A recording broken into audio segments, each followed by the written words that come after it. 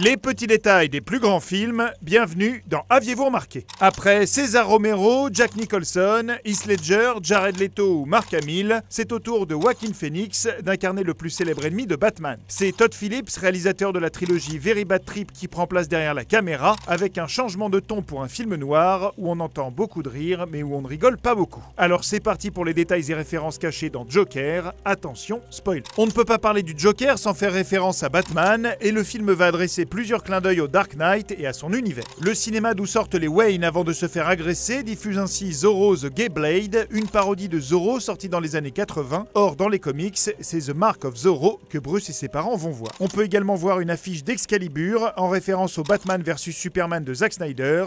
Le cinéma diffuse également le film de John Boorman. Le célèbre asile d'Arkham n'existe pas encore au moment du film, mais Arthur Fleck se rend au Arkham State Hospital dans le film de Phillips. Il y est fait mention d'un docteur Benjamin Stoner qui a évalué sa mère, nom du médecin-chef de l'asile dans les comic books et futur vilain Anti-Fate. La mention du parc d'attractions Amusement Mile est tirée entre autres de The Killing Joke, comic book d'Alan Moore qui a beaucoup influencé Joker, et on en trouve une autre mention dans la scène où Arthur est dans le salon de sa voisine et soupire d'avoir eu une mauvaise journée, phrase qui lance un célèbre monologue du comic book. Quand le futur Joker se rend à l'émission de Murray, sa loge indique le numéro 404, référence au tome de Batman, premier chapitre de Year One. Autre mention d'une célèbre histoire du justicier, la présence du docteur Sally dans le Late Show est une référence au docteur Ruth de The Dark Knight Returns. Quand Arthur et sa voisine dînent ensemble, le restaurant est situé sur Jerome Avenue. Dans la série Gotham, le frère jumeau de Jeremiah, le Joker de la série, se déguisera le premier en clown et s'appellera justement Jérôme. Les barres du portail de la résidence des Wayne sont une référence à celle que descendaient Batman et Robin dans la série des années 60.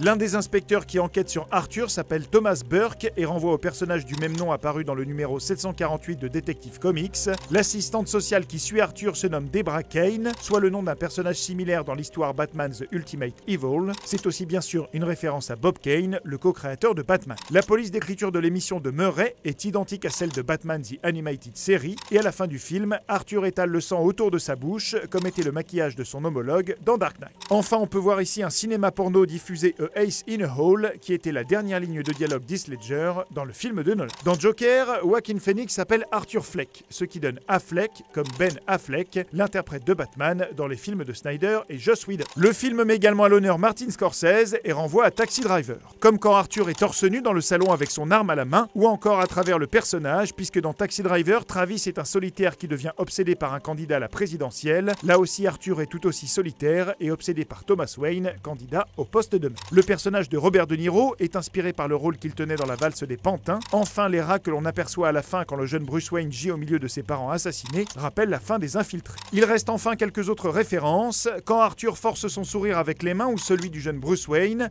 c'est un clin d'œil à l'homme qui rit. Les rideaux de l'émission de Murray sont identiques à ceux du Tonight Show présenté par Johnny Carson. Le plan de la régie de l'émission est une référence à Network de Sidney Lumet. Le comedy club dans lequel se produit Arthur s'appelle le Pogo, qui est aussi le nom d'un des personnages de Wayne Gacy Jr., célèbre serial killer qui se déguisait en clown. Et lorsque Arthur et sa mère dansent dans le salon, la télé diffuse un générique dans lequel apparaissent les noms des personnes travaillant sur le film. Enfin, on aura noté que les murs de l'hôpital d'Arkham sont différents entre la fois où Arthur se rend pour récupérer le dossier de sa mère et celle où il est enfermé, ce qui pourrait laisser penser que tout se passe dans la tête du clown. Mais ça, bien sûr, vous l'aviez remarqué, non ?